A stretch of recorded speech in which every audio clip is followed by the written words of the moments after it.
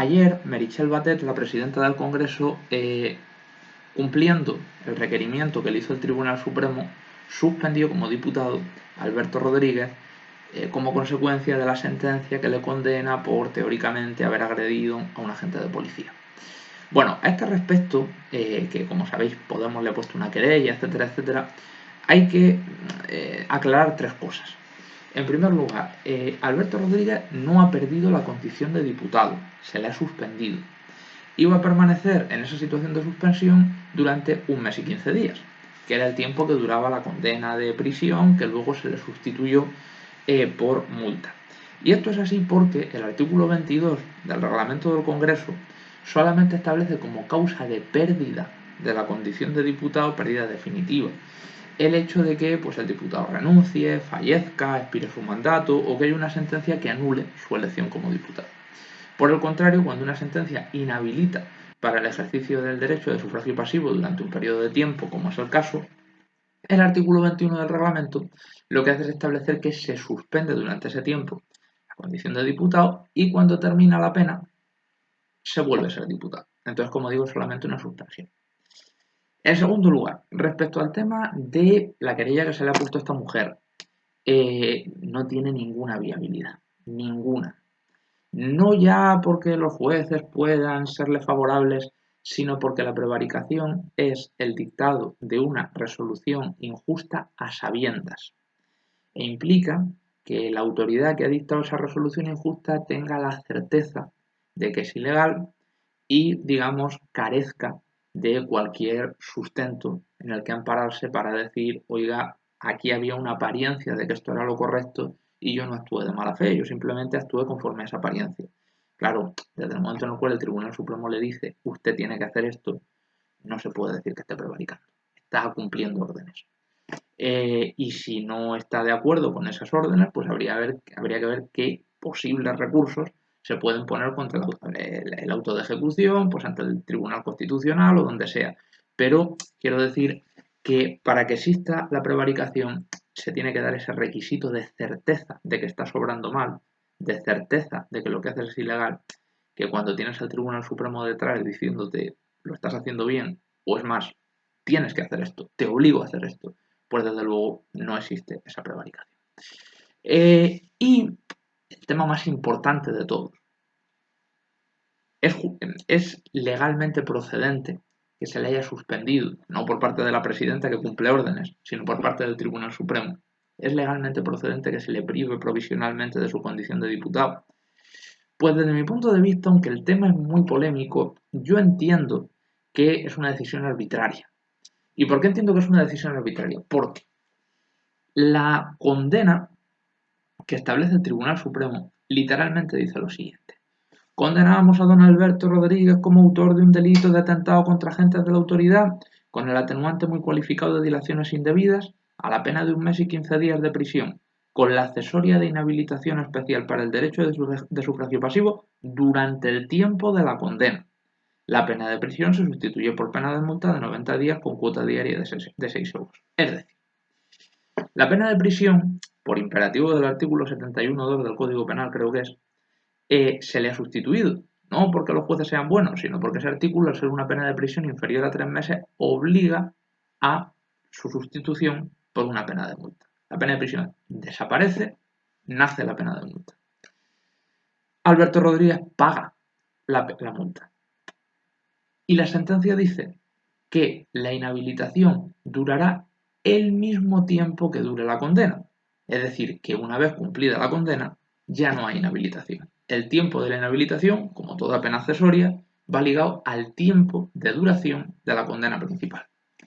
Y resulta que si este hombre paga la multa el primer día, la pena de prisión se ha cumplido, la pena principal, que no es de prisión, sino de multa, por sustitución, se ha cumplido. Y por tanto, no se le puede inhabilitar ni un día más del que tarde en cumplir la pena de prisión. Claro, hay quien dice, no, es que se le puso una pena de multa de 6 euros durante 45 días. Claro, es decir, a este respecto, la clave está en lo siguiente. Cuando tú quieres cancelar en la aplicación del artículo 136 del Código Penal tus antecedentes penales, se establece lo que se llama el dies a quo, es decir, el día a partir del cual se empieza a computar el plazo, una vez cumplido, el cual tú puedes pedir que se te cancelen los antecedentes penales. En el caso de la pena de prisión, pues el último día de cárcel. A partir del último día de cárcel empieza a cumplirse el dies a quo. En el caso de la pena de multa, el día en que has pagado la multa. Es decir, que el Código Penal, a efectos de cancelación de antecedentes penales, y es un criterio general que se extiende a todo el Código Penal, no solamente ese artículo, considera cumplida la pena de multa y, por tanto, iniciado el cómputo para cancelar tus antecedentes penales, no si te han puesto 35 días de multa a razón de 5 euros diarios cuando se cumpla el día 35, sino cuando pagas la multa. Por tanto, desde mi punto de vista, yo entiendo que cuando este hombre pagó la multa, cumplió íntegramente su condena y, por tanto, como la pena de inhabilitación especial para el sufragio pasivo no es una pena autónoma, sino que es una pena ligada a la pena principal, y la sentencia expresamente dice que cuando se cumpla la pena principal quedará cumplida la pena accesoria, el día en el que este señor pagó la multa quedó liberado de la inhabilitación. Como digo, es un tema que se puede considerar discutible. Yo desde mi punto de vista lo veo claro en este sentido. Pero bueno, se recurrirá al Tribunal Constitucional y se verá lo que se puede hacer. Pero a este respecto, el gran problema que tenemos en este país es que el celo superlativo que muestra el Tribunal Supremo en que un hombre al que le han condenado 1 mes y pico de cárcel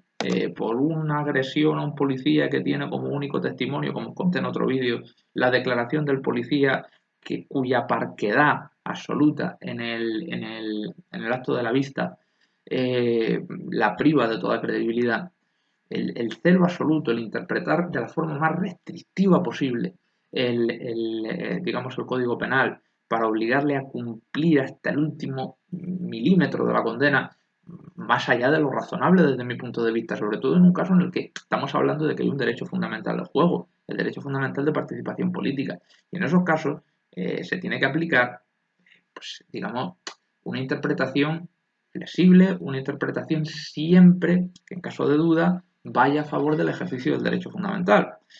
Pero como digo, contrasta el que sean tan absolutamente, digamos, estrictos con este señor con el cachondeo de Campechano y sus regularizaciones fiscales de, oye, tienes aquí unos cuantos millones de euros, paga 5 millones de euros a Hacienda antes de que nos veamos obligados a iniciar que son evidentes los chivatazos que recibió este señor para ir regularizando, que todavía le queda un montón, pero para ir regularizando los millones que por actuación de la prensa y por motivos ajenos al Estado, que el Estado le ha encubierto todo el tiempo, iban saliendo a la luz, los chivatazos que iba recibiendo para que regularizara antes y así no se le pudiera aplicar el Código Penal, porque si regularizas el fraude fiscal antes de que te pillen no cometes un delito, o lo que se hizo con Urdangarín, que ya está en la calle prácticamente, o sobre todo lo que se hizo con la Infanta, que estaba en la cúpula de la organización delictiva que montaron para robar con él, estaban los dos en la máxima dirección, y ella dijo, no sé nada, mi marido era el que hacía las cosas, pese a que ella lo firmaba todo, y le absolvieron. Pues como digo, da una imagen muy lamentable del sistema de justicia, pues en la medida en la que, como digo, a la gente de determinada ideología se le castiga con un celo extremo y luego se van al Tribunal Europeo de Derechos Humanos y el Tribunal Europeo de Derechos Humanos les da la razón, como ha pasado infinidad de veces y como va a seguir pasando, mientras que a los que están bien metidos en el establishment pues se les da un tratamiento tremendamente distinto. Y como digo, pues eso es muy lamentable y daña mucho la imagen de nuestro sistema de justicia. Y bueno, ya os he contado en otros vídeos que el gran problema que tiene este país en el ámbito de la justicia es su falta de independencia. Más allá, porque siempre se habla de, es que los magistrados son muy conservadores. Digo, ciertamente habría que democratizar la justicia, lo dije en otro vídeo, estableciendo vías para que la gente de clases populares pueda ser juez, becas para estudiar, etcétera, etcétera. Pero para poder hacer la oposición, quiero decir,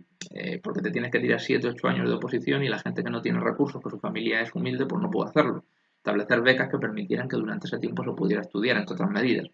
Pero más allá de esa ideología conservadora, es el tema del corporativismo, es decir, es el tema de la mezcolanza entre jueces y políticos, de que todos, sobre todo altos magistrados me refiero, los que están en el Supremo, en el Constitucional, de que todos se consideran parte de una misma casta, de que los políticos elijan a los magistrados del Constitucional, a los miembros del Consejo General del Poder Judicial, que por eso el PP se rasga las vestiduras ante la posibilidad de que partidos políticos distintos de él y del PSOE puedan elegir vocales del Consejo General o puedan elegir magistrados del Constitucional, porque quieren seguir controlándolo todo. Los WhatsApp del Teodoro García Egea, creo que se los pillaron a Teodoro García Egea, no recuerdo si era él o era otro tío del Senado, pero aquellos WhatsApp tan famosos que decían, vamos a controlar el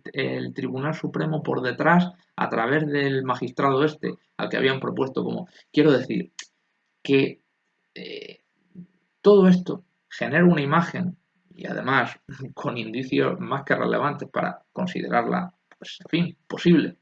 una imagen de que hay un compadreo entre los grandes partidos y los vocales del Consejo General del Poder Judicial que eligen a los magistrados del Tribunal Supremo,